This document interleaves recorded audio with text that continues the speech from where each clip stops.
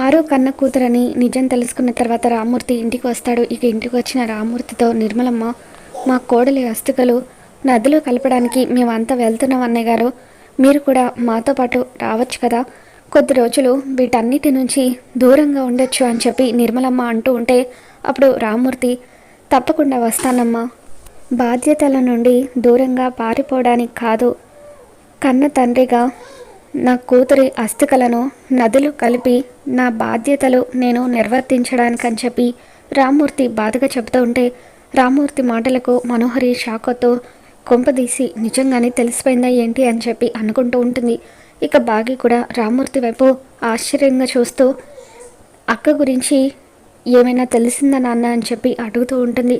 మరి ఆరు తన సొంత అక్క అన్న నిజం బాగీకి తెలియబోతుందా, ఏం జరగబోతుందో మళ్ళీ మన ఛానల్లో తెలుసుకుందాం.